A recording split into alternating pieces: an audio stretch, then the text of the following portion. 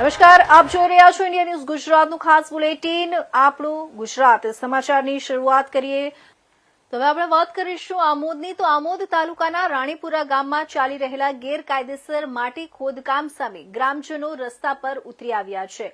સ્થાનિકોના આક્ષેપ મુજબ ગામ પંચાયતની કોઈ લેખિત પરવાનગી વગર અને આસપાસના ખેડૂતોની મંજૂરી વિના બેફામ રીતે માટી ખોદકામ કરવામાં આવી રહ્યું છે. ગ્રામજનોનું કહેવું છે કે કોન્ટ્રાક્ટરો દ્વારા નિયમોનો ખુલ્લેઆમ ભંગ કરવામાં આવી રહ્યો છે.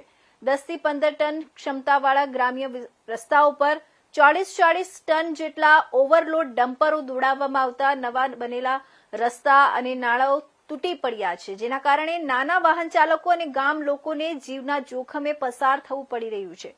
આક્રોશિત ગ્રામજનોએ માટી ભરેલા ડમ્પરો રસ્તા પર જ ઉભા રાખી મામલતદારને જાણ કરી તાત્કાલિક કાર્યવાહી કરવાની માંગ કરી છે.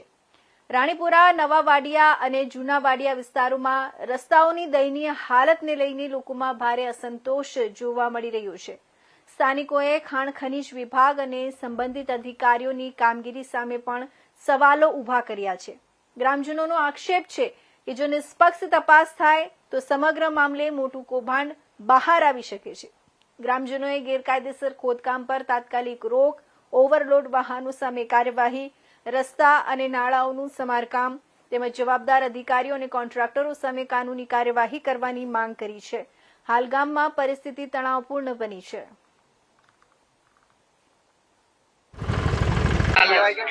વાડિયા સરપંચ આંબોટી 3 કિલોમીટરનો રસ્તો આ ડમ્ફર વાળાએ તોડી નાખેલો છે. ઓવરલોડ ગાડીઓ ચલાવે છે ને ના કીએ છે તો માનતા નહીં. માટીનું ખોદકામ તળાવની પાસે ચાલે છે. રાણીપુરામાં આવેલ છે. ના, કોઈ પરમિશન નહીં લીધી. રોડ થી 3 કિલોમીટરનો રસ્તો ખરાબ છે. રોડ તૂટી ગયેલ છે. મામલતદાર સાહેબને જાણ નહીં કરી. કઈ યોજના હેઠળ માટી ખોદકામ ચાલે છે? એમની પાસે કોઈ પરમિશન નહીં ને કોઈ અમને બતાવતું બી નહીં કે આ કયામાંથી લીધેલ માટી છે. તમે અત્યારે શું કરેલું? અત્યારે અમે ગાડીઓ બંધ કરાયેલ છે. ત્યાં રોડ અમારો રસ્તો તૂટી ગયેલ છે, તેને નવો કરી આપો. શું નામ તમારું? મારું નામ નદીમ રાણા છે અને મારું ખેતર અહીં જૂનાવાડિયા ગામમાં આવેલું છે. હું આમોદનો રહેવાસી છું. લગાતાર 5-7 દિવસથી આ માટી ખોદકામ ચાલી રહ્યું છે. અમે કોન્ટ્રાક્ટરને રિક્વેસ્ટ કરી કે તમારી પાસે કોઈ પરમિશન હોય તો બતાવો, પણ અમને કોઈ પરમિશન અત્યાર સુધી બતાવી નથી. અમને બીજી એ રિક્વેસ્ટ કરી અમે એમને કે તમારી પાસે કોઈ નાના 10 ટનના સાધનો હોય તો તમે ચલો, આની 12-15 ટનની કેપેસિટી છે, તમે 40 ટન 50 ટનના સાધનો ઓવરલોડ જઈ રહ્યા છે, એના કારણે આ રોડને નુકસાન, નાળાને નુકસાન થયું છે. અને અમે રિક્વેસ્ટ બી કરી કે તમે આને બનાવી લો, એકવાર અમને કામ કરી આપો, પણ અત્યાર સુધી કોઈ જવાબ આપ્યો નથી. અને આ નુકસાન જે બી કંઈ થયું છે અમને તાત્કાલિક કરવામાં આવે. અને જે બી આ ઓવરલોડ ગાડીઓ ચાલી રહી છે, માટીનું ખોદકામ થઈ રહેલું છે, મામલતદારને રિક્વેસ્ટ છે કે એની જાંચ લે. માટી ખોદાણ માટે આશરે કેટલા મશીનો ચાલે છે? અત્યારે ફિલહાલ 2 મશીન ચાલી રહ્યા છે અને ત્રીજું આ હોલ્ડ કરાવેલું છે, આ ગામ પાસે આવીને ઊભું છે. ત્રીજું ઓલને 24 કલાક માટી ચાલે છે. સવારેથી લઈને રાત સુધીને ડ્રાઈવર બદલાઈ જાય છે, બીજા ડ્રાઈવરો બીજી નાઇટ કરે છે, એટલે 24 કલાક આ કામ ચાલુ છે. આ માટી ક્યાં નંખાય છે, તમે તપાસ કરી? આ રેલવેમાં માટી નંખાય છે. અમે તપાસ તો કરી નથી, પણ બધા એમ કહે છે કે આ રેલવેમાં માટી નાખે છે. અને અમે આ પરમિશન જે લીધી છે સુજલામ સુફલામ મેં છે. હવે સુજલામ સુફલામ મેં મને ખ્યાલ છે તે પ્રમાણે ગામથી ગામ જ માટી યુઝ થાય, પણ ઓવરલોડ ભરીને બહાર વેચી રહ્યા છે અને પ્રાઇવેટ કામ છે. આ કોન્ટ્રાક્ટર સાથે તમારી શું વાત થઈ? કોન્ટ્રાક્ટરને અમે આ બતાવ્યું હતું કે આ રોડ બધા તૂટી ગયા છે, તો તમે એનું કંઈ જે બી કંઈ નુકસાન હોય તે પંચાયતમાં લખીને આપો, પણ અત્યાર સુધી કોઈ આપ્યું નથી. આજે આપીશું, કાલે આપીશું એમ કે છે. અત્યારે તમે મામલતદારને આ બાબતે જાણ કરી? મામલતદાર સાહેબ જોડે વાત થઈ મારે કે આવી રીતે ઓવરલોડ સાધનો ચાલી રહ્યા છે, તો ગામવાળા બધા ભેગા થયા છે રોડ તૂટ્યાથી, અને ઓવરલોડ હમણાં માટીનો ડેપો એક માણસ પર પડ્યો, એને વાગ્યો પાછળ, એટલે પછી અમે આ ગાડીઓ બંધ કરાવી. ફોન આવ્યો હતો. અને બીજી વાત એવી છે કે મામલતદારને જાણ કરી તો મામલતદારે એમ કીધું કે અમે પોલીસ સ્ટેશનમાં જાણ કરીએ છીએ અને હું તલાટી સાથે બી વાત કરું છું કે આ લોકોની કેવી પરમિશન છે કે નહીં, અને અમે બી અમારો મામલતદારનો કોઈ વ્યક્તિ મોકલીએ છીએ. ડમ્પરો પર તાડપત્રી મારવામાં આવે? ના, કોઈ તાડપત્રી મારવામાં આવતી નથી, બધા ઓપન ચાલે છે. રોજ તાલુકો આંબોદ, ગામનું નામ રાણીપુરા, ગામ સરપંચ છું રાણીપુરાનો. વિવાદિત જગ્યાએ માટી ખોદકામ થાય છે ત્યાં આપણે રાણીપુરામાં ગ્રામ પંચાયતમાં કોઈ પરમિશન લીધેલ નથી અને વાડિયા અને રાણીપુરાને જોડતો રસ્તો એમાં આપણે બહુ મોટો એમાં ખાડા પડી ગયેલા છે અને મોટા પ્રમાણમાં આપણે માટીનું ખોદકામ થઈ રહ્યું છે. આજુબાજુના ખેડૂતોની પરમિશન લીધી છે? આજુબાજુના ખેડૂતોની પરમિશન લીધી નથી અને ગ્રામ પંચાયતની પણ પરમિશન લીધી નથી. રોડ રસ્તાઓને કેટલું નુકસાન છે? મોટા પાયે મોટા ખાડા પડી ગયેલા છે. આ રોડ ક્યારે બન્યો? હમણાં હાલમાં જ બનાવેલો હતો. શું તંત્રને તમારી માંગણી છે? તંત્રને અમારી એટલી માંગણી છે કે આ રોડ પાછો નવેસરથી રિપેરિંગ કરે અને જે માટી ખોદકામ આપેલું છે એમની કંઈ પૈસાને રોડ બનાવી આપે એમ માંગણી છે. ડમ્પરમાં કેટલા લોડિંગ ચાલે છે? રૂમની કેપેસિટી 12 થી 15 ટનની છે અને ડમ્પરિયા 35 40 ટન લાગે.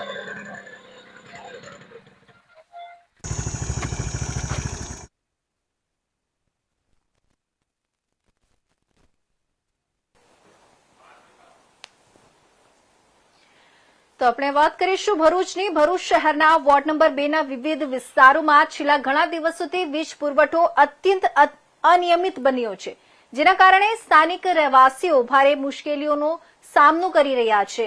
દિવસ દરમિયાન તેમજ રાત્રિના સમયે વારંવાર 4 થી 5 વખત લાઇટ કાપ થવાને કારણે લોકોમાં ભારે અસંતોષ ફેલાયો છે. ખાસ કરીને ઢાગરાવાડ, મુંડાફળિયા, ડભોઈયાવાડ, સિંધીવાડ, સુથારફળિયું તથા ડબીપુરા આસપાસના વિસ્તારોમાં તેમજ મદની પાર્ક અને અહેમદનગર વિસ્તારમાં પરિસ્થિતિ વધુ ગંભીર બની ગઈ છે. રાત્રિના સમયે ડીપીમાં આગ લાગવાના બનાવો વધતા હોવાથી કોઈપણ સમયે મોટી દુર્ઘટના સર્જાઈ શકે તેવી ભીતિ રહેવાસીઓમાં વ્યાપી છે. આ ગંભીર સમસ્યાને ધ્યાનમાં રાખીને વોર્ડ નંબર 2 ના સભ્યો શમશાદ અલી સૈયદ, હેમેન્દ્ર કોઠીવાલા, સફી સલ્લુ, જાકીર કુરેશી અને ઇકબાલ પટેલ દ્વારા વીજ વિભાગના નાયબ ઇજનેરને તાત્કાલિક રજૂઆત કરવામાં આવી છે અને વહેલી તકે સમસ્યાનો નિકાલ લાવવા માંગ કરવામાં આવી છે.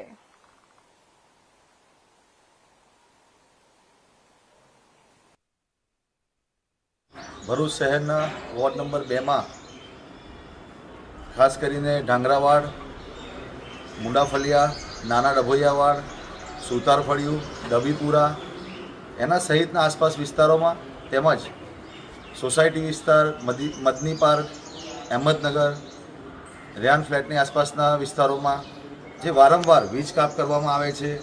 ગઈકાલે રાત્રે પણ નાના ડભોઈયાવાડ વિસ્તારના અંદર ડીપી બ્લાસ્ટ થવાથી રાત્રે આખી રાત વીજ કાપ હતો, લાઇટ ન હતી. ડીપી બ્લાસ્ટના કારણે આસપાસના વિસ્તારોના અંદર પણ ભયનો માહોલ ફેલાઈ રહ્યો છે. નાના ડભોઈયાવાડ તેમજ આસપાસના વિસ્તારના રહીશો તેમજ અમારા સાથી કાઉન્સિલરો, વોર્ડ પ્રમુખની સાથે જીબી ખાતે રજૂઆત કરેલી છે અને રજૂઆતના અંતે તેમણે અમને સંતોષકારક જવાબ આપેલો છે. આવનારા દિવસોના અંદર આ કામગીરી પૂર્ણ થાય એવી અમે આશા રાખીએ છીએ.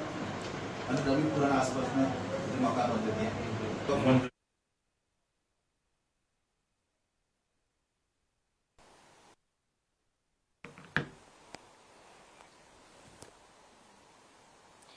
સમાચાર જોઈએ જૂનાગઢથી. જૂનાગઢ જિલ્લાના વિવિધ ડેમોમાં હાલ પૂરતો પાણીનો જથ્થો ઉપલબ્ધ હોવાનું કાર્યપાલક ઇજનેરે જણાવ્યું છે. જિલ્લામાં આવેલા કુલ 14 ડેમોમાં હાલ સરેરાશ 25.70% જળ સંગ્રહ નોંધાયો છે. ગીર જંગલ વિસ્તારમાં આવેલા મધુવંતી ડેમમાં 48.80% પાણીનો જથ્થો ઉપલબ્ધ હોવાનું જણાવાયું છે. જ્યારે સૌરાષ્ટ્રની સૌથી મોટી ગણાતી જળ સિંચાઈ યોજના એવા બાદલપુર ખાતે આવેલા ઓજત 2 ડેમમાં હાલ 8.84% જળ સંગ્રહ નોંધાયો છે. તંત્રના જણાવ્યા અનુસાર અન્ય ડેમોમાં પણ પૂરતો પાણીનો જથ્થો ઉપલબ્ધ હોવાથી તેમને લોકોને પાણી અંગે કોઈ ખાસ મુશ્કેલીનો સામનો કરવો નહીં પડે.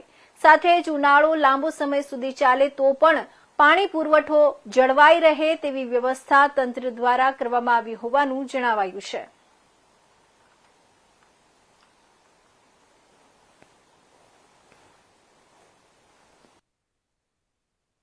હું કાર્યપાલક ઇજનેર જુનાગઢ સિંચાઈ યોજના વિભાગ.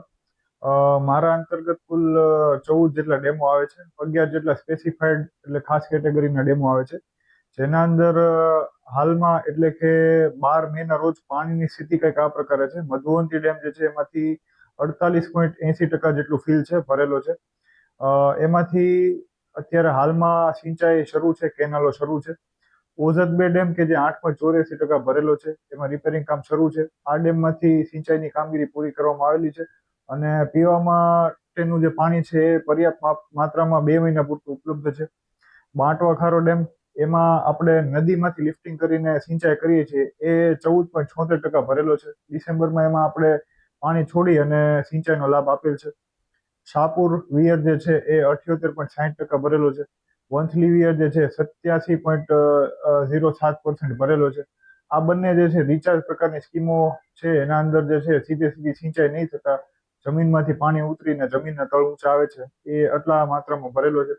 ત્યારબાદ મોટા ગુજરિયા જે છે એ 45.02% ભરેલો છે અને ઉબેણ જે છે એમાં 4.30% પાણી ઉપલબ્ધ છે.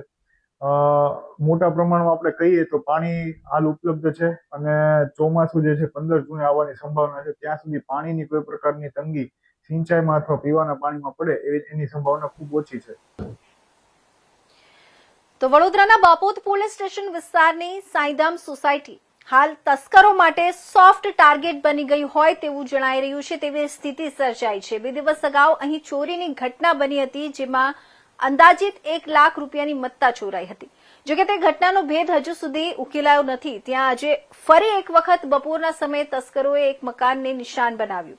દોઢે દિવસે બનેલી આ ઘટનામાં ચોરોએ ઘરમાં પ્રવેશ કરી 1.5 તોલાનું મંગળસૂત્ર, 2 ગ્રામની બુટ્ટી, 4 ગ્રામની લગડી, ચાંદીના સાંકડા 6 જોડી, હાથના કડા 6 જોડી, વીંટી તેમજ રોકડ 15,000 રૂપિયા સહિત કુલ અંદાજિત 3 લાખ રૂપિયાની મત્તાભર બપોરે ચોરી કરી ફરાર થઈ ગયા હતા. સ્થાનિકોમાં ભારે રોષનો માહોલ જોવા મળી રહ્યો છે, કારણ કે સતત બીજી વખત સાંઈધામ સોસાયટીમાં ચોરીની ઘટના બનવા છતાં પોલીસ તંત્ર તરફથી અસરકારક કાર્યવાહી થતી ન હોવાનું લોકો કહી રહ્યા છે. સ્થાનિકોના જણાવ્યા મુજબ બાપોદ પોલીસ સ્ટેશનમાં ફરિયાદ નોંધાવ્યા છતાં લાંબા સમય સુધી પોલીસની ટીમ ઘટના સ્થળે પહોંચી નહોતી. આ ઘટનાએ ફરી એક વખત શહેરમાં પોલીસ પેટ્રોલિંગ અને સુરક્ષા વ્યવસ્થાને લઈને સવાલો ઉભા કર્યા છે. હાલ સમગ્ર મામલે બાપોદ પોલીસે ફરિયાદના આધારે તપાસ હાથ ધરી હોવાનું જાણવા મળી રહ્યું છે. હવે પોલીસ તસ્કરો સુધી કેટલા સમયમાં પહોંચે છે તે જોવું રહ્યું.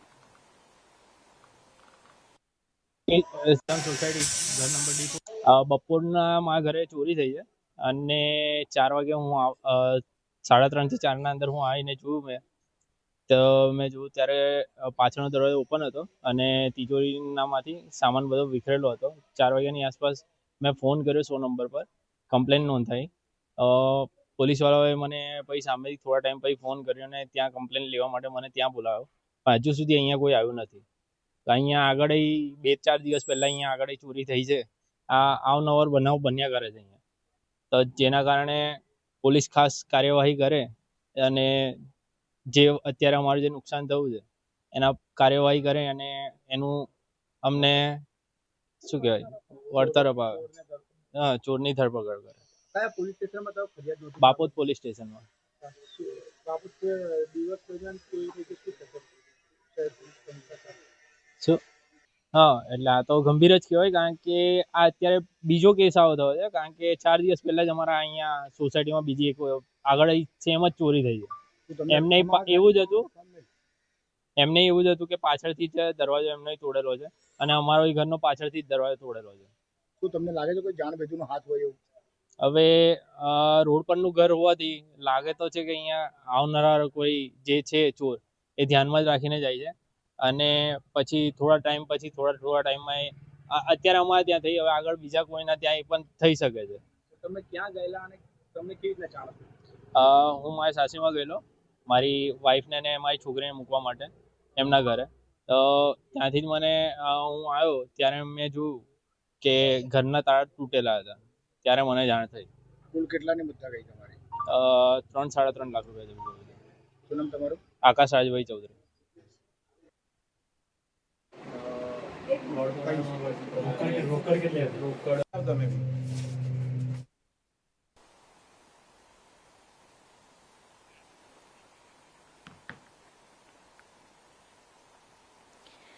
તો પંચમહાલના ગોધરા રેલવે સ્ટેશનના પાસેથી નવજાત શિશુનો મૃતદેહ મળતા ચકચાર મચી જવા પામી છે. ગોધરા રેલવે સ્ટેશન પર આજે એક માનવતાને શરમાવે તેવી ઘટના સામે આવી છે. રેલવે સ્ટેશનના ટ્રેક નંબર 6 અને 7 નજીકથી એક નવજાત શિશુનો મૃતદેહ મળી આવ્યો.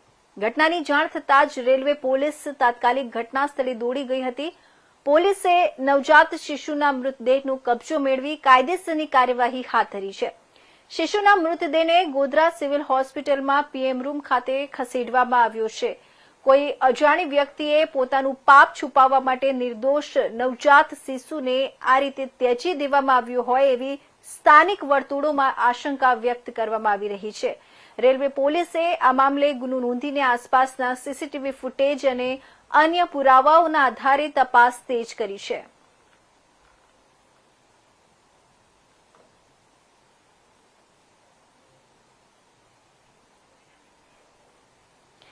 તો અમરેલી જિલ્લાના ધારી તાલુકાના ચલાલા નજીક આવેલા ધારગણી ગામે વાડી અને જંગલ વિસ્તારમાં કોઈ કારણોસર અચાનક આગ ભભૂકી ઉઠી હતી.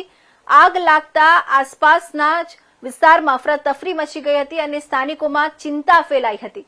ઘટનાની જાણ થતાં ચલાલા પોલીસ સ્ટેશનના પીઆઈ આરએચ રતન સહિતનો પોલીસ સ્ટાફ તાત્કાલિક સ્થળ પર દોડી ગયો હતો.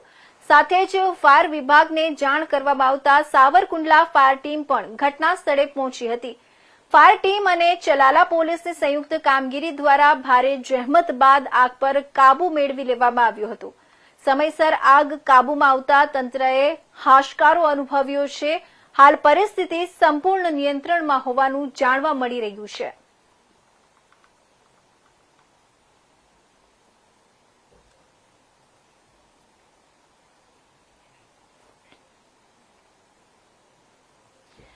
તો આ તરફ વડોદરાના કલાલી વિસ્તારમાં જૂની અદાવતને લઈને બે પક્ષો વચ્ચેનો વિવાદ હિંસક બન્યો હતો. મળતી માહિતી મુજબ અગાઉ થયેલી બોલાચાલી અને અદાવતનો ખાર રાખી કેટલાક શખ્સો અચાનક પરિવારના ઘરે ધસી આવ્યા હતા. આ દરમિયાન હુમલાખોરોએ તીક્ષ્ણ હથિયારો સાથે પરિવારના સભ્યો પર તૂટી પડી અંધાધૂંધ હુમલો કર્યો હતો. હુમલાના પગલે વિસ્તારમાં ચીસો અને દોડધામ મચી ગઈ હતી અને સ્થાનિક લોકો એકત્રિત થતા હુમલાખોરો સ્થળ પરથી ફરાર થઈ ગયા હોવાનું જાણવા મળી રહ્યું છે. હુમલામાં પરિવારના કેટલાક સભ્યોને ગંભીર ઇજાઓ પહોંચી હતી, જેને તાત્કાલિક સારવાર માટે નજીકની હોસ્પિટલમાં ખસેડવામાં આવ્યા હતા. ઘટનાની જાણ થતાં પોલીસ કાફલો તાત્કાલિક સ્થળ પર દોડી આવ્યો હતો અને સમગ્ર મામલે તપાસ શરૂ કરી હતી. પ્રાથમિક તપાસમાં જૂની અદાવતને કારણે હુમલો કરવામાં આવ્યો હોવાનું સામે આવ્યું છે. પોલીસે હુમલાખોરોની ઓળખ મેળવી તેમની શોધખોળ શરૂ કરી છે. આ બનાવને લઈને કલાલી વિસ્તારમાં તણાવપૂર્ણ વાતાવરણ સર્જાયું હતું.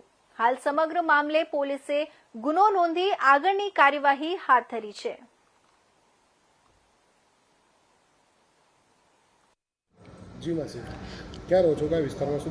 અમે કલાલી ફાટક બાપુનગરમાં રહીએ છીએ અને મારી નણંદનો છોકરો લહેરીએ બેઠો હતો તો અહીંયા આગળ જઈને 3-4 તત્વો હતા. તે જ છોકરાઓ જઈને એવું કીધું કે ભાઈ તું કેમ લુખ્ખી દાદા. એક જયલો હતો, એકનું નામ છે તે કાર્તિક હતું, બીજા 2 છોકરાઓ હતા અને એ જઈ અને કે કેમ ભાઈ તું લુખ્ખી દાદાગીરી, કે મારી શાની દાદાગીરી હું ને એવી રીતે એને તાત્કાલિક ત્યાં જઈને મારઝૂડ ચાલુ કરી. અને પછી અમે કહેવા ગયા ને તો એ બધા લાકડીઓ લઈને ઘરે આવ્યા. અમને ખબર નથી કે આવી રીતે મારામારી, એ લોકોએ તો આડેધડ એમને ખબર જ હતી એટલે એ લોકોએ તો અમને મારવાનું. આ હર્ષ સંઘવી સાહેબ તો એવું કહે છે કે ના લુખાવાનું, પણ લુખાવાનું તો કેટલી દાદાગીરી ચાલે. લેડીસોને ઘરમાં આવીને મારા કપડાં જોવો, હું તો હૂતેલી હતી અને એ લોકો ઘરે આવીને અમને મારી ગયા છે સાહેબ. તો કઈ રીતે મને લાકડી મારી છે, એક જણને પાઇપ મારી છે. એ લોકો બાઇકો પર એકદમ જ દોડી આવ્યા અને અમે તો ઊભેલા હતા. અમારી કને કશું હથિયાર નહોતું કેમ કે અમને પોતે ખબર નથી કે આવો આ તો બોલાચાલીનો ઝઘડો જ. પણ એ લોકોએ તો મારવાના જ ઈરાદે અને આજ સુધી એ લોકોએ કઈ વાર ઝઘડા કર્યા છે, કોઈ કાર્યવાહી નથી થઈ, કોઈ ફરિયાદ નહીં. કમિશનર સાહેબને મારી સખતમાં સખ્ત જરૂરત કે કહેવું છે કે આપ સાહેબ એવા લોકોને કડીની કડી સજા કરવી જોઈએ સાહેબ. મારે કમિશનર સાહેબને ખાસ વિનંતી છે. લગભગ એ લોકો 10 જણ હતા પણ જે ઓળખતા હતા એમના જ નામ, એ લોકોને જ કોઈ, એ લોકો જ બધા માણસોને લઈને આવ્યા હતા. હા, અમે પોલીસને જાણ કરી સાહેબ. પોલીસ આવી ગઈ ત્યાર સુધી એમણે બીજો હુમલો કરી લીધો. પહેલાં 2 જણને માર્યા, એમને પોલીસ લઈને દવાખાને ગઈ, એ પહેલાં તો પાછા બીજા 2 જણને, એક મારી નણંદના ઘરવાળાને માર્યું, અને હું તો એમ નોર્મલી ઊભેલી હતી. તમે જુઓ સાહેબ હું કેવા કપડામાં. અમે કમસે કમ 5 લોકો ઈજાગ્રસ્ત થયેલા છે, કેમ કે અમને સાહેબ ખબર જ નથી ને અમારો ઝઘડાનો કોઈ મૂળ જ નહોતું. મહિલાઓ કેટલી છે આમાં મહિલા હું એકલી છું અને 4 પુરુષ છે. શું નામ છે આપનું? ઈલાબેન મુકેશભાઈ સોલંકી. મારું નામ નિકુંજ રણજીતભાઈ સોલંકી છે. હું કલાલી વિસ્તારમાં રહું છું. મારો એક નાનો ભાઈ છે, દેવ રણજીતભાઈ નામ છે એનું. એ એક દુકાને ચા પીવા બેઠો હતો એના ભાઈબંધ સાથે, અને ત્યાં આગળ એક 5 લુખ્ખા આવ્યા. શ્રીજીનગરના લોકો છે એ લોકો, અને મારા ભાઈ જોડે દાદાગીરીથી વાત કરવા લાગ્યા. બધા જ ફૂલ ટાઈટ હતા, બધા અહીંયા ગોત્રી હોસ્પિટલમાં. ઓકે, બનાવ એ હતો કે મારો ભાઈ એક જગ્યાએ ચા પીવા બેઠો હતો, અને ડાયરેક્ટ જ એ લોકો કોઈ 3 થી 4 જણા આવ્યા અને ડ્રિંક કરેલા હતા. મારા ભાઈ જોડે દાદાગીરી કરવા લાગ્યા. મારા ભાઈ એમ સમજાયું કે ભાઈ તું જતો રહે, તું પીધેલો છે, મને તારા જોડે કોઈ મગજમારી નથી કરી. તો પણ એ લોકો પીધેલા હતા, અંડસંડ ગાળો બોલતા હતા, મા બોનની ગાળો બોલતા હતા. તો મારો ભાઈ છોડા ગયો ને તો બીજા. તો આગળ વાત કરીએ, હિંમતનગર ખાતે આવેલા ડોક્ટર નલિનકાંત ગાંધી ટાઉન હોલમાં આજે પરફેક્ટ સ્કૂલ દ્વારા પ્રતિભા સન્માન સમારોહનું ભવ્ય આયોજન કરવામાં આવ્યું હતું.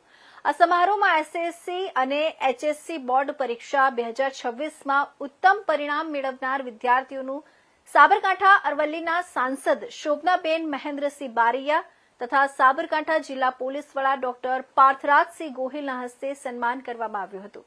આ સમારોહમાં પરફેક્ટ સ્કૂલના કુલ 72 તેજસ્વી વિદ્યાર્થીઓનું મંચ ઉપર સન્માન કરાયું હતું. ધોરણ 12 સાયન્સમાં 95 PR થી વધુ ગુણ મેળવનાર 11 વિદ્યાર્થીઓ, ધોરણ 12 કોમર્સમાં 95 PR થી વધુ ગુણ મેળવનાર 4 વિદ્યાર્થીઓ, ગુજકેટ જેવી સ્પર્ધાત્મક પરીક્ષામાં 100 થી વધુ ગુણ મેળવનાર 9 વિદ્યાર્થીઓ, ધોરણ 10માં A1 ગ્રેડ મેળવનાર 30 વિદ્યાર્થીઓ તેમજ ધોરણ 10ના 16 અને ધોરણ 12 કોમર્સના 2 વિદ્યાર્થીઓએ 100માંથી 100 ગુણ મેળવતા તેઓનું વિશેષ સન્માન કરવામાં આવ્યું હતું. કાર્યક્રમની શરૂઆત દીપ પ્રાગટ્ય અને સરસ્વતી વંદના સાથે કરવામાં આવી હતી.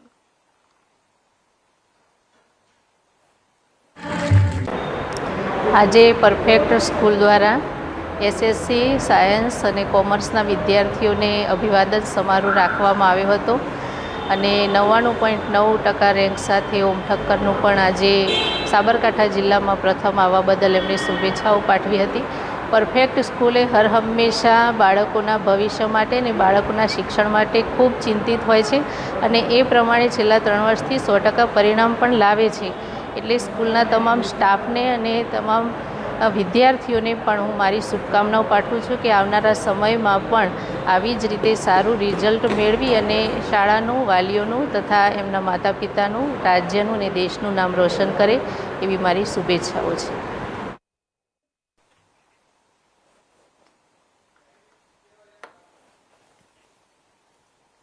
તો હવે વાત કરીએ સુરતના માંગરોળ તાલુકામાં ગુજરાત ઉર્જા વિકાસ નિગમ લિમિટેડની ટીમ દ્વારા મોશાલી, ધરમપુર, ડુંગરી, ઉમેલાવ અને દેગડિયા સહિત કુલ 7 ગામોમાં સઘન વીજ ચેકિંગ હાથ ધરવામાં આવ્યું હતું. બાતમીના આધારે કરવામાં આવેલી આ કાર્યવાહી દરમિયાન કુલ 1408 વીજ કનેક્શન ચેક કરવામાં આવ્યા હતા, જેમાંથી 57 સ્થળોએ ગેરરીતિ મળી આવી હતી. દરોડા દરમિયાન અંદાજે 40,55,000 રૂપિયાની વીજ ચોરી ઝડપાઈ હોવાનું સામે આવ્યું છે. આ કાર્યવાહી માટે સુરત, ભરૂચ અને વલસાડ સહિત વિવિધ જિલ્લાની વિજિલન્સ ટીમો જોડાઈ હતી. કુલ 33 જેટલા સ્ટાફ સાથે પોલીસ બંદોબસ્તમાં સઘન ચેકિંગ હાથ ધરાયું હતું. વીજ કંપનીને લાઇન લોસ અને ગેરકાયદેસર લંગરથી વીજ પુરવઠો ખોરવાતો હોવાની ફરિયાદો મળતા આ કાર્યવાહી હાથ ધરવામાં આવી હતી. ગુજરાત ઉર્જા વિકાસ નિગમ લિમિટેડ દ્વારા વીજ ચોરી કરનારાઓ સામે કાયદેસરની કાર્યવાહી શરૂ કરવામાં આવતા વીજ ચોરોમાં ફફડાટ ફેલાયો છે.